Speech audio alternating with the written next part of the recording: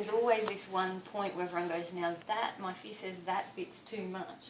And in the end, the way our soul's designed is we're going to have to cross that line sometime or other. And in fact, when we say that bit's too much, God's going, yep, that's where I'm going to hone in. That's the area that I'm going to get in first. Because that's the area that's stopping the most of your life. Mm-hmm. And that's where I have my biggest addiction. Mm-hmm. It is. Yeah. So if we look at a discussion about earth changes and events and learning centres, you see that a lot of times we're not talking about what's practical anymore. We're talking about what people's addictions are and what they want to have happening. And this is the trouble we've had everywhere around the world when we've mentioned different things about these kind of issues, is the majority of people just get into such a frozen state about the issues because they don't want to give up their particular addictions, particularly with family, that they have. And even ones that have known the truth for a long period of time, not just for a short period of time, but 4 or 5 years, are still in that place. So there's no guarantee that even if it was introduced to you 5 years ago that you have a different belief now. To actually get a different belief, you have to at some point choose to change. And I think you're right at some point, because it will take events like the sky is falling, and the circumstances will become great enough that you're kind of like, oh, this is really it. This is the opportunity that I have to make a choice here. Because right now I don't have to make that choice. Yeah. I can sit here very comfortably and listen to you and think, well, it may happen, it may not, and I don't really have to do anything about it now. Yeah. But then there's also part of me going, well, I want to be prepared, so I want to know everything about it. Yeah. But there's also the addictions that I'm certainly not ready to deal with. Yeah. Or give up, not even deal with. Yeah, and that's I'm going to start on that because you pointed that out, and I appreciate you doing that. And that's a very honest position, I feel. Yeah. That's an honest position. Oh, I'm being... Yeah. And I feel that's great to have an honest position like that. And can I say, though, that really, in the end, staying on Earth is really about one choice, and that is, would I like to be involved with the changes that happen on the Earth after these events occur? Or do I want to be in the spirit world and enjoy my life in the spirit world and change in the spirit world? That's really the choice that faces most people, I feel. And I do believe most people on the planet have already made the choice, actually. Whether they know it or not. Yeah, the reality is most people, whether they know it or not, have already made the choice. We find in Australia quite regularly that, that people have known nothing about the divine truth, nothing about earth changes. They don't even believe in them, and yet they've moved to a safe location in the last 2 months. And then we also know people who know the same thing, nothing about divine truth, nothing about earth, who've moved to the most dangerous location that they could possibly be in the last 2 months. And there's, in fact, my son Tristan, who works as a social worker in our local town, he said what he's finding now is all of the children who want to get better have all moved into the town, and all of the children that he's been trying to help who haven't wanted to be helped have all moved back to the coastal areas and out of the town just in the last few months. It's just a hazardous area. Yeah, and it's like this is all people just making choices in the end. It's all just choices being made. Choices based on their condition. And the fact is most people in their sleep state already know what is happening or what's going to happen and when, even have a good idea when. And when I say a good idea, of course, as I've mentioned just earlier, it's not possible to really have a great idea when, but they do believe they have a good idea when. And many of them have already made a choice. And many of them have moved recently either to a place that's dangerous or to a place that's safe, even though they don't know why.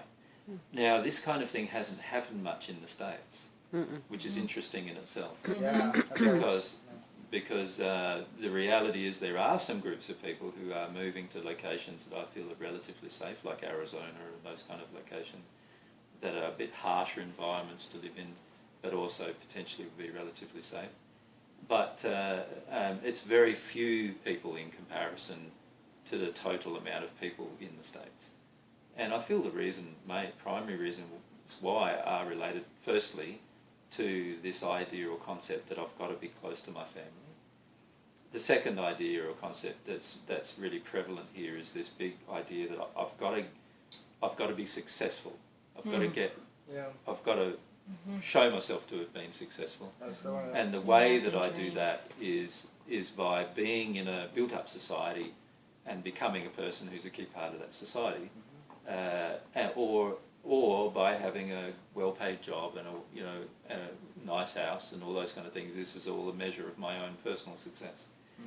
And I feel people in America are more addicted to that than in many other countries, with the exception perhaps with the people that we've met in some European countries. In Australia, there's less of an addiction to that, although in our big cities there is that kind of addiction that's quite prevalent as well. But this, so those two particular emotions, in the end, are probably going to determine who actually lives and who dies in the end. Just those two primary emotions.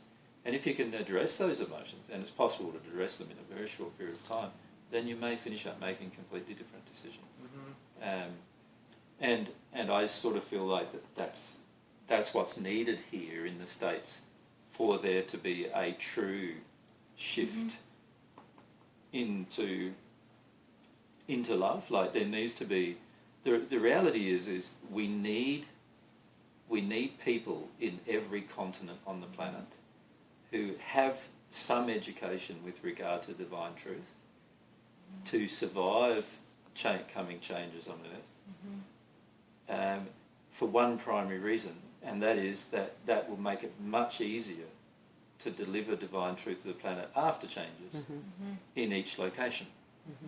If there are very few or no survivors of people who know the divine truth in a certain location in a certain continent, then of course that means that entire continent will have to be introduced to the truth at some point after earth changes have occurred.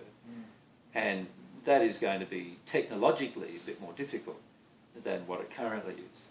And this is why myself and Mary are investing a lot of our time doing that now, because if we feel the more we can, deliver to the earth now, the more of a head start each location receives. And our spirit friends are working with us, trying to generate interest in each continent, and the interest of people who do have a desire to live in places that are more harmonious with love of themselves and love of the environment. And because they know that in the long run, it's going to make it much easier to teach the divine truth in those particular locations. And so that's really what I feel like the decision is. And that's why I say when I'm thinking about it, when I'm thinking about learning centres, I'm thinking about, okay, where would be a central location or some locations where which would be perfect location for a centre to be set up that will have some degree of long-term sustainability and also and short-term survivability, enough to not be terribly uncomfortable for a group of people. And what I see is, the places that I drew on the map as the areas.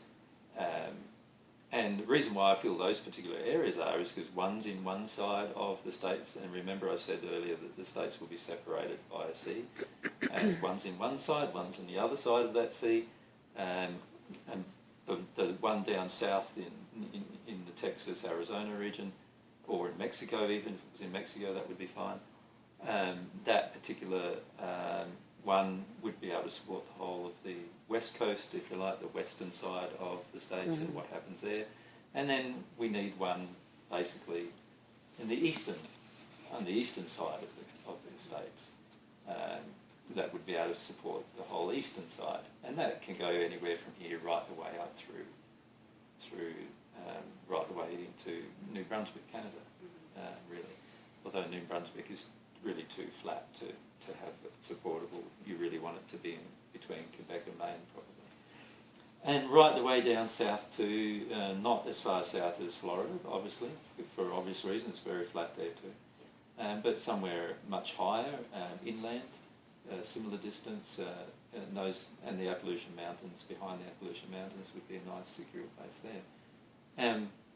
Though those particular locations, while they will have a certain degree of discomfort, because there will be things like quite a lot of ash and quite a lot of localised flooding due to rain and quite a lot of other problems, and potentially a fair bit of darkness perhaps for a period of time, and therefore quite cold.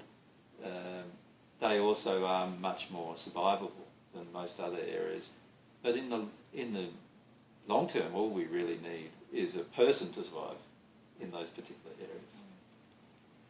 Just to survive. With the divine truth in their heart and survive. And it'd be nice if they also had a disc in their pocket or something. You know, like I got my hard drive. hard drive in their pocket, but you know, that's not as essential. And maybe their soulmate too. Yeah. To procreate. Yeah. But it's that's really all you need in any location for divine truth to survive the location. Can I ask? I'm sorry. Fire. I just had, it was a little bit more of a personal question about the Learning Center that I wanted to ask you today. Was, again, I have felt this desire that I would own this piece of land, and when you were talking about it yesterday, feeling like, oh, it's a lot of responsibility, like, but also really wanting for some reason to really do that. And I want to know, I have some addictions to needing to be special and needing that from, being overly loved from my father. And I know that I need to work through that addiction, but if there's any help that you could offer me in trying to sort that out at all. Well, let's look at it firstly from a practical perspective. I feel any person could buy any land and set it up under the same kind of principles as what we're teaching. So I feel everybody's land could be like a learning centre in the end. And the difference between the learning centres, though, that we want to achieve are very much based around having a place where where there's a couple or a group of people who wish to run a centre primarily for the purpose of helping people in the community understand the principles of divine truth in practice. And obviously that's a bit different than actually having your own piece of land where you personally practice the principles of divine truth on your land. So myself and Mary have a piece of land that we personally practice the principles of divine truth on. But and nearby there's the learning centre. And it takes I feel quite a unique person to run a learning centre in comparison to, just having your own land. And, in terms of our goals, myself and Mary, our goals are to be able to travel from, learning, well, ideally from learning, initially from learning centre to learning centre, and so we sort of see them as being our bases of activity. But our activity scope is about the world, like we want to change a lot of the systems of the world. We want to change the political systems of the world, the religious systems of the world. We want to bring all of these systems into harmony with love. And that means that we're going to be doing a lot of travelling and, not going to feel bound to one location.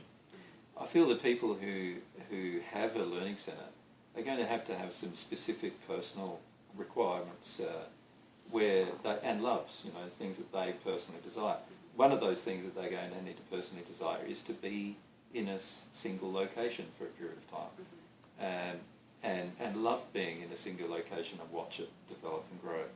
And that's a different type of person than what myself and Mary are. And in addition, they're going to have more of a global focus than an individual focus, which is different than saying, like, oh, this is what I'm going to do in my land in comparison to this is God's land. What does God want me to do on it? And demonstrate those principles then to a community.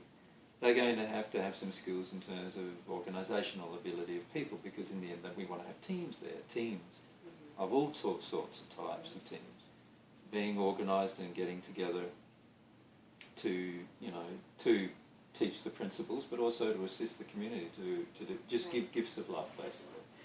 And that's going to require a pretty they're going to have some fairly significant personal qualities and desires to do that. Now, the people that we have chosen in Australia to do that, they already have those, quite strong desires within them. There's no, they don't really have strong desires of personal glory or attention or any of those kind of feelings. They don't have a strong desire to travel the world, although they are well travelled. They don't have a strong desire to travel the world. They like the idea of being in a single location. They love the idea of people coming to them and them sharing things with them.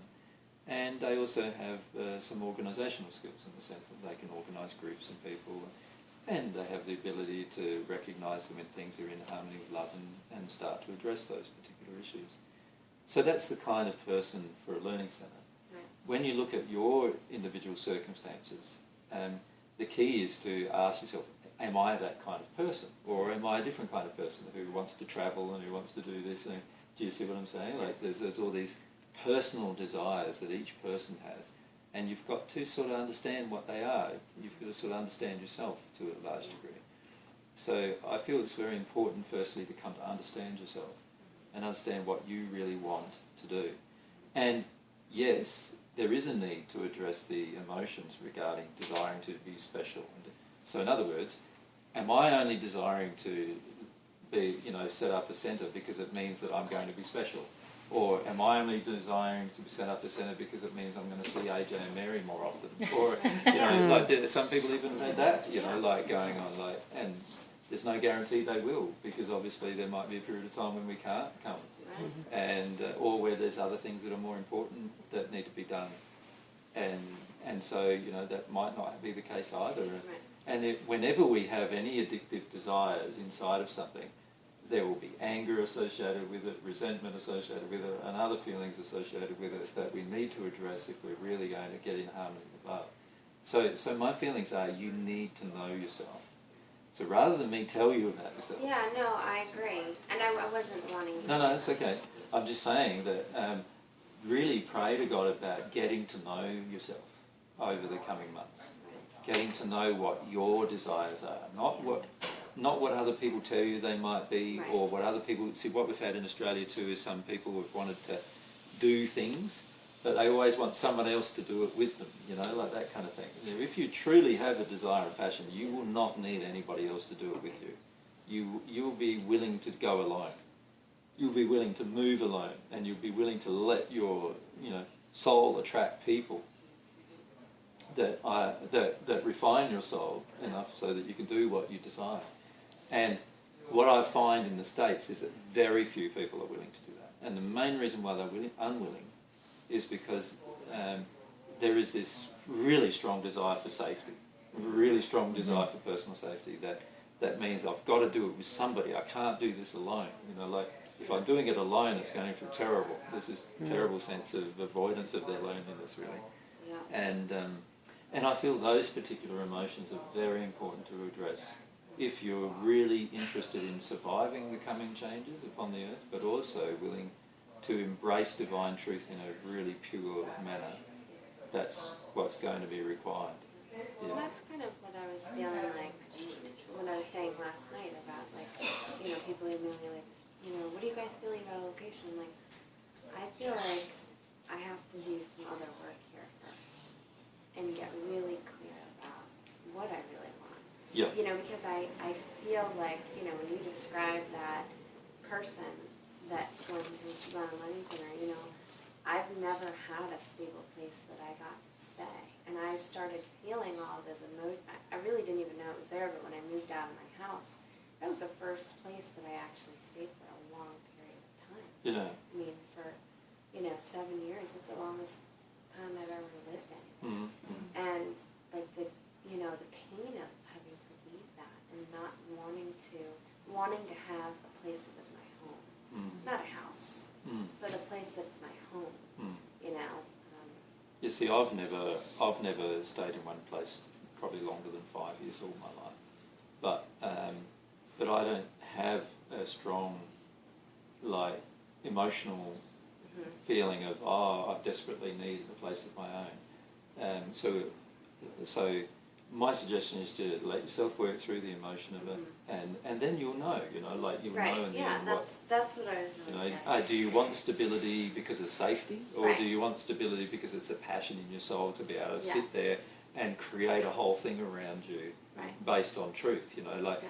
So the people who we have in Australia who are currently leading the centres, they're more people who have travelled a fair bit, they've done a fair bit in their life, but they really want to you know, go to a specific location and see it become an example of truth on the planet, Yeah. and actually work on that particular location for a long period of time. That's their desire. Whereas you have other people who we meet who you know straight away, yeah, they're never going to have that desire, because you can feel in them that their desire is totally different. Like you think of Anto and Jane, you know, Anto and Jane have talked about having a learning centre, but in the end we know that they're not going to have one, because They want to they travel want too. they want to teach and travel, and they want to do. Well, they're very similar, more in nature to what we are, I suppose, to a degree. And I don't feel there's anything better or worse in that. I just feel It's like just there are, not the fit. yeah, and I just feel it's the different people and different personality for the different Right. jobs that are going, if you could call them jobs, because they're all going to be desires and passions, but for the different jobs that will be available on the planet, there's all these different people with different personalities that are going to be required in their passion. They're going to have to be in their passion. So it's no good sort of being in one location when really what you want to do is be travelling all over the place. You know, that's, you know, if that's, and travelling all over the place can be an addiction too, by the way. So you need to deal with it either way. Right. You know, Mary had an addiction, didn't you know, to travelling, and you've had to work your way through that addiction. Whereas I've not had an addiction to travelling at all. Like I never travelled out of Australia until I was 40. So whereas Mary, you know, was 16 or something when she first travelled out of Australia, and has been younger than travelling that, but I've been 15 travelling ever since, isn't it? I was That was the 13. first time, 13. But then, And then she's been travelling ever since. Yeah.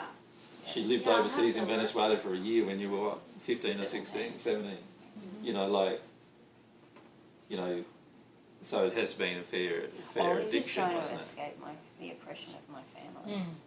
That's what it was about. I really You can't get enjoy away that. from it No. though, can you? I enjoy like interacting with new people and getting a feel for their culture. But I mean, to make sure I have to work my way through all of this. Yeah. But it's not something that I have a desire to do, is to go out and see the world, and Yeah. I don't know. It's, So to be honest, what I would do if it was me in your position, this is what I would do.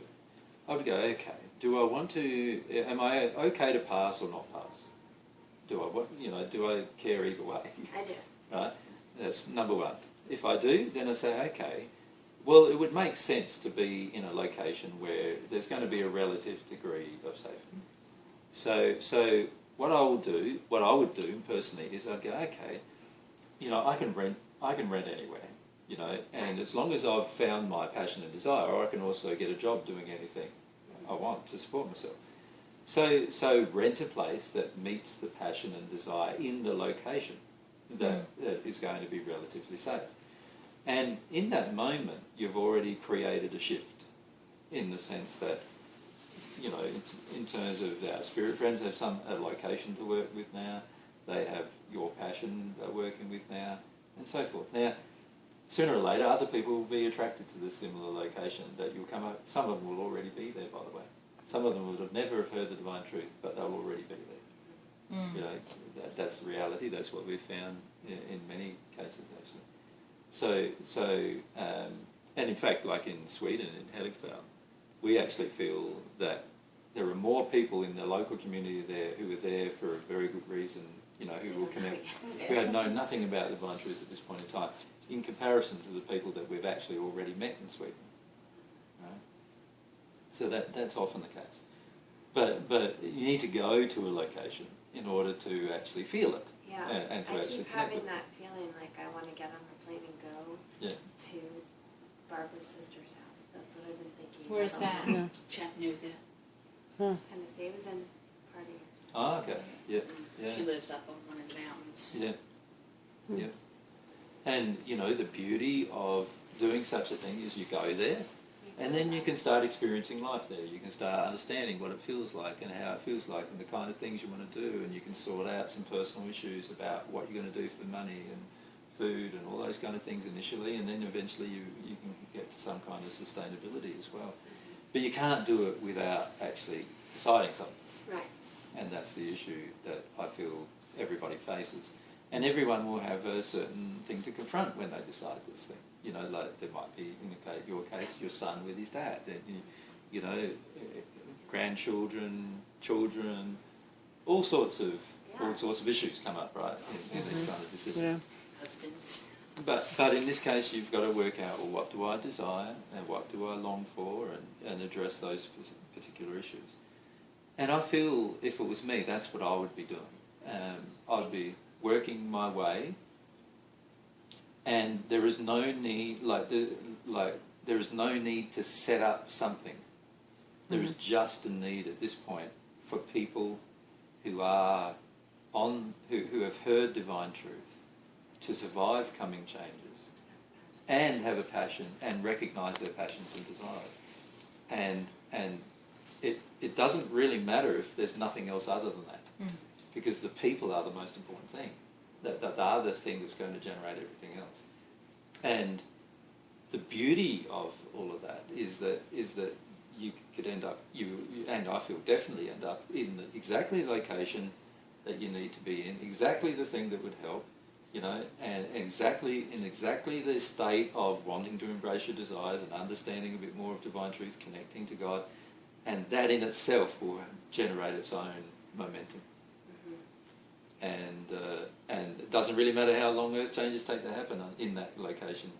Yeah, and in some ways, the longer they don't happen, the better in some ways, because it gives you more chance to prepare, more chance to work through different emotions, more chance to feel the lay of the land, more chance to have a good desire, have a good strong feeling about your desires, and so forth. And that's what I would recommend to so if you want to send this recording to others in the States, do so, because that's what I'd recommend to pretty much everyone in the state who wants to have a learning centre.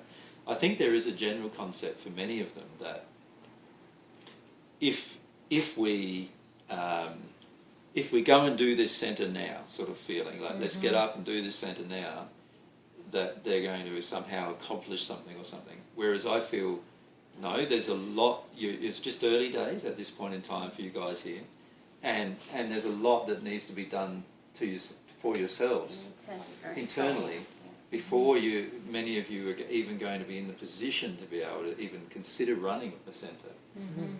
And those particular things can be addressed and can continue to be addressed as long as you're able to survive the coming events.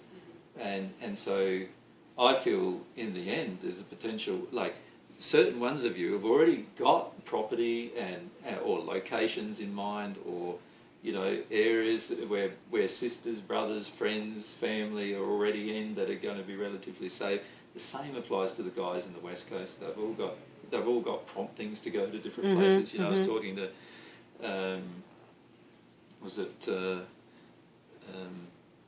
down in San Diego, Lawrence. I was talking to Lawrence, you know, and he said, "Oh no, I don't, you know, I'd never want to leave San Diego." Rah, rah, rah. And then he said, "But now that you mention it, you know, I've been getting promptings to go to this town in Mexico, and I've actually went there last week, and I did, you know, a whole consultation there, and rah, rah, rah, you know." And I said, "How long have you been receiving promptings to go there?" He said, "Oh, probably the last 2 years." You know, like, Wow. So, you know, like, and these are indications that your spirit guides are going, "Yeah, go there," and you're going, no, you know, like. And for many of you, there's already that happening, and has been happening for some time, even before you met me. So I sort of feel like, you know, if you just embraced those opportunities with passion, you'll find yourselves being led to the right locations. So I feel what will finish up happening initially is that some will be led to Mexico, some will be led to Arizona or Texas in that area there, some will be led to the Tennessee Mountains, and some will be led up to the area between Maine and Quebec, in that area. Are any of the people that were there this weekend, any of the Canadians, already working on something in Canada? They're not working on something. They've had discussions with me about what are safe locations, and I've mentioned to them what I believe. I wouldn't say they're working on it. What I've encouraged every person to do is to work on it first in their soul, like with their desire, you know. And Elen is doing that. And to work on it in the sense of like desiring to embrace the principles in a location where there is a high degree of chance of them surviving, and I feel that's all that's necessary at this point in time. And if they can get further ahead than that, then that's wonderful. So if they finish up finding some land by chance and attracting the funds to purchase the appropriate land, then sure, go ahead with all of that process, just as Eva and Per in Sweden have done, and you know, Rob and Ange and others in Australia have done, and Pam and Tony Newman in Australia are now doing. You know, they're all doing that because their desire is built to such a strong case where they want to go out and do that. But I don't know if there's an initial need to do that, you know, without first addressing some primary issues about what are my personal desires. What do I really want to run a centre, or do I just want some land around one? You know, like, or do I just want my own little home near one? You know, and there are like 40 or 50 families in Australia who just want their own little home near one. And that's what they've done. You know, so once they learnt that the learning centre was in a certain location, they just moved to that location and bought a little piece of land or a home nearby, or rented a place nearby, and that's how they partake in the whole process. Do they have other jobs, or is this the learning? They do. Yeah, yeah. Oh, okay. The people in the learning centre don't, but the other people, yes, they all have other jobs, and many of them have jobs in the community. You know, teaching or social working, or you know, all sorts of jobs in the community. Some of them are in construction, some, you know, all sorts of jobs. And so all of them are partaking in the general community, which is exactly what we want, actually. We want everybody to share in the actual community that's present. And so many of them have found the location of a centre. They've decided they wanted to be involved with the teams. So what they've done is they've moved to a location near to the centre that they're of their own making. So they've either rented or purchased a property near the centre.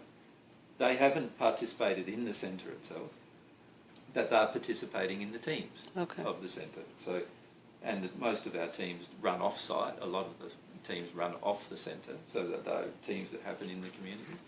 And so, you know, a lot of them are embracing it that way. And you've got to work out whether you're a person who would rather do that, or would you rather actually be a person who runs the actual centre, which is, you know, while it might sound initially quite a fancy role or something, in the end it is quite a difficult task, because you're being confronted every single day and with all sorts of issues every single day, and it does require a special kind of person, I believe. But it's wonderful that all the other people are embracing the process, you know. So there are many, you know, like in Australia, for example, where the 600-acre centre is, there's now probably 20 families that have purchased 40-acre properties within 5 kilometres of that 600-acre property, right? And so they've all decided they want their own house and their own situation. It's all very cheap land in comparison to land that they've had before they've moved, and so many of them can afford to at least buy the land, and it's around about $2,000 an acre